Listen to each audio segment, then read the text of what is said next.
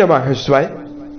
दोस्तों, तुला राशि वाले जातकों का इस चैनल पे स्वागत है। इस वीडियो में हम आपको बताने वाले हैं कर्म फलदाता, न्याय के देवता शनिदेव माने जाते हैं, जो कि 22 फरवरी 2025 को अस्त होने वाले हैं। तो इसका तुला राशि वाले जातकों के जीवन में किस प्रकार का प्रभाव मिलने वाला है। तो देखिए, 22 फरवरी 2025 को दिन में 11:23 पर जो शनि है अपनी मूल त्रिकोण राशि में सूर्य के अत्यधिक नजदीक आने की वजह से अस्त हो जाएंगे। तो इसका तुला राशि वाले जातकों के जीवन में कैसा प्रभाव पड़ने वाला है। तो तुला राशि वाले जातकों 22 फरवरी 2025 को शनि कुंभ राशि में अस्त होंगे और ये 9 अप्रैल 2025 तक अस्त अवस्था में रहने वाले हैं। तो किन बातों का ध्यान तुला राशि वाले जातकों को रखने की आवश्यकता रहने वाली है और किन क्षेत्रों में तुला राशि वाले जातकों को शनि बेहतर परिणाम देंगे, यही जानकारी इस वीडियो में आपको देने वाले हैं। देखिए, सबसे पहले आपको जानकारी दे रहे हैं कोई ग्रह अस्त कैसे होता है। तो तुला राशि वाले जातकों सभी ग्रह सूर्य की परिक्रमा करते हैं और जब सूर्य की परिक्रमा करते वक्त कोई भी ग्रह एक निश्चित दूरी पर सूर्य के नजदीक पहुंच जाता है तो सूर्य का आभा मंडल उस ग्रह के आभा मंडल को पूरी तरह से ढक देता है। फलस्वरूप जो ग्रह है वो अस्त हो जाता है, अपना प्रभाव देने में निष्क्रिय हो जाता है। तो 22 तारीख को यानी 22 फरवरी को शनिदेव सूर्य के 15 डिग्री नजदीक पहुंचने वाले हैं। इसकी वजह से शनिदेव अस्त हो जाएंगे। तो देखिए, सबसे पहले आपको जानकारी दे रहे हैं शनिदेव के बारे में। एक राशि में शनि 2.5 साल तक गोचर करते हैं और शनिदेव को ज्योतिष विज्ञान में बहुत ही महत्वपूर्ण ग्रह का दर्जा मिला हुआ है। शनि को आयु, दुख, रोग, पीड़ा, विज्ञान, तकनीकी, जेल, कर्मचारी, सभी प्रकार की नौकरियों का और धन का कारक माना जाता है। इन सभी चीजों पर शनि का पूरा प्रभाव होता है। अगर किसी भी व्यक्ति की जन्म कुंडली में शनि प्रभावी और बलवान अवस्था में विराजित हो तो दर्शकों, जातक के जीवन में शनिदेव करियर में विशेष ग्रोथ देते हैं। शनि बलवान होते हैं तो जनता से जुड़े हुए कामों में सफलता का योग रहता है। बलवान शनि के प्रभाव से व्यक्ति के जीवन में पर्याप्त मान सम्मान और कई भवन, कई भूमि और कई वाहन का मालिक ऐसा व्यक्ति बनता है। यानी पर्याप्त भौतिक सुविधा व्यक्ति के जीवन में शनि के द्वारा मिलती है। लेकिन जब ये कुंडली में कमजोर और पीड़ित अवस्था में मौजूद होते हैं तो कई प्रकार की घातक बीमारी देने का काम करते हैं। कैंसर, पैरालिसिस, अस्थमा, लकवा, जुखाम, नपुंसकता की बीमारी शनि के दुष्प्रभाव से देखने के लिए मिलती है। और कमजोर शनि का प्रभाव कर्म क्षेत्र में संघर्ष देने का काम करता है और ज्यादा प्रयासों के बावजूद व्यक्ति को धन संकट का भी सामना करना पड़ता है। तो ये तो हमने शनिदेव से जुड़ी हुई आपको जानकारी दी है ताकि ये फलादेश आपको समझने में काफी आसानी हो। अब हम आपको बता रहे हैं कि आपके जीवन में कैसा प्रभाव मिलने वाला है। दर्शकों, जानकारी आपके चंद्र राशि के ऊपर प्रभावी है तो आप इसे इसी आधार पर देखें। तुला राशि वाले जातकों के लिए शनि देवता राजयोग प्रदाता ग्रह माने जाते हैं, क्योंकि आपकी राशि के पंचम घर के भी स्वामी हैं और चौथे घर यानी सुख भाव के भी स्वामी बनते हैं और संतान घर के भी स्वामी बनते हैं।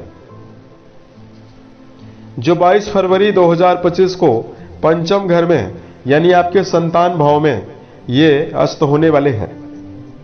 दर्शकों, पंचम घर से शिक्षा, संतान, प्रेम संबंध, पूर्व पुण्य के बारे में और व्यक्तिगत विकास के बारे में इस भाव से जानकारी ली जाती है। तो दोस्तों, यहां पर शनिदेव अस्त होने वाले हैं तो सबसे पहला परिणाम तो जातकों के जीवन में यह मिलने वाला है कि आपके जीवन में शनि के अस्त होते ही आय के संसाधनों में वृद्धि तो रहने वाली है, लेकिन खर्चा भी आपके जीवन में बढ़ने वाला है। एक ओर जातकों के जीवन में पर्याप्त धन वैभव की बढ़ोतरी मिलने वाली है, वहीं दूसरी ओर तुला राशि वाले जातकों का धन संचय नहीं होने वाला है। पंचम घर में शनिदेव के अस्त होने से, मूल त्रिकोणस्थ होने से 29 मार्च 2025 तक करियर के मामले में आपको यात्राओं से लाभ मिलने वाला है। यदि कर्म क्षेत्र के मामले में किसी दीर्घकालिक उद्देश्य को लेकर जीवन में काम कर रहे हैं, लंबा टारगेट बनाकर यदि आप जीवन में कोई काम कर रहे हैं, यदि आप चाहते हैं कि वो सफल हो जाए, तो 29 तारीख तक की समयावधि में आपके काम बन सकते हैं। शनिदेव के अस्त होने के बावजूद भी करियर में विशेष उन्नति आपको मिलने वाली है। तथा तुला राशि वाले जातकों के जीवन में शनि अस्त रहने वाले हैं, तो संतान के भविष्य को लेकर चिंतित आप लोग नजर आ सकते हैं। संतान के ऊपर नजर रखने की जरूरत भी रहने वाली है और इस समयावधि में तुला राशि वाले जातकों को संतान का सहयोग करने की आवश्यकता भी जीवन में रहने वाली है। 11th हाउस यानी लाभ भाव से शनिदेव का संबंध बना हुआ 29 मार्च तक रहने वाला है, तो 29 मार्च तक शनिदेव आपके जीवन में सट्टेबाजी, व्यापार में लाभ देने वाले हैं, बड़े लाभ को देने का काम करने वाले हैं। लेकिन एक और तुला राशि वाले जातकों को बताना चाहते हैं कि आप अपने जीवन में लाभ हानि दोनों का योग रहेगा, क्योंकि 29 तारीख के बाद शनिदेव षडग्रही युति में जाने वाले हैं। तो दोस्तों, इस बात का ध्यान आप जरूर बनाकर चलें कि आप अपने जीवन में कर्जों को देते समय भी, किसी व्यक्ति को कर्जा दे रहे हैं तो भी आपको सावधान रहना है, और कहीं पर यदि आप बड़ा निवेश कर रहे हैं तो भी आपको सावधान रहना है। बात करते हैं इस समयावधि में जातकों के जीवन में वैवाहिक संबंधों में, पार्टनर के साथ रिश्तों में आकर्षण की कमी भी थोड़ा बहुत रह सकती है। तो तुला राशि वाले जातकों को भावनात्मक जुड़ाव वैवाहिक जीवन में बनाकर चलने की आवश्यकता रहने वाली है। इस समयावधि में 29 तारीख के बाद जैसे शनिदेव षडग्रही युति में जाने वाले हैं, तो जातकों के जीवन में इस समयावधि में शिक्षा को लेकर ध्यान देने की जरूरत भी रहने वाली है। एजुकेशन सेक्टर में जुड़े हुए तुला राशि वाले जातकों को चूंकि पंचम घर के स्वामी बनते हैं, पंचम घर आपके जीवन में शिक्षा को रिप्रेजेंट करता है, तो शिक्षा के मामले में आपको ध्यान देकर चलने की आवश्यकता जीवन में रहने वाली है। बात करते हैं इस समयावधि में तुला राशि वाले जातकों के जीवन में क्या आप लोग धार्मिक उपाय कर सकते हैं। तो देखिए, आपके लिए शनिदेव राजयोग प्रदाता ग्रह माने जाते हैं, बहुत ही पॉजिटिव प्लैनेट माने जाते हैं। तो सबसे पहले तो तुला राशि वाले जातकों को 7 मुखी रुद्राक्ष इस टाइम जोन की समयावधि में धारण करना चाहिए। इससे आपके जीवन में आपको बेहतर रिजल्ट मिलने वाला है। दूसरा, शनिदेव अस्त रहने वाले हैं, तो आप शनि चालीसा का पाठ करें। ओम प्राम प्रेम प्रोम शम शनिश्चराय नमः, इस मंत्र का भी जप करना शुभ परिणाम आपको देने वाला है।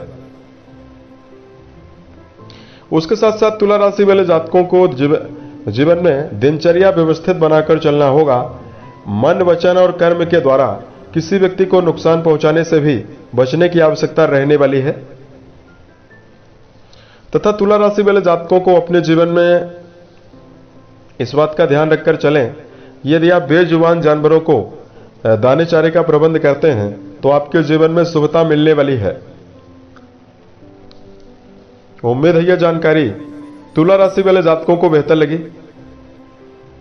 आने वाले समय में यदि आप अन्य वीडियोज को देखना चाहते हैं, इस चैनल को सब्सक्राइब जरूर करें। ओम नमः शिवाय।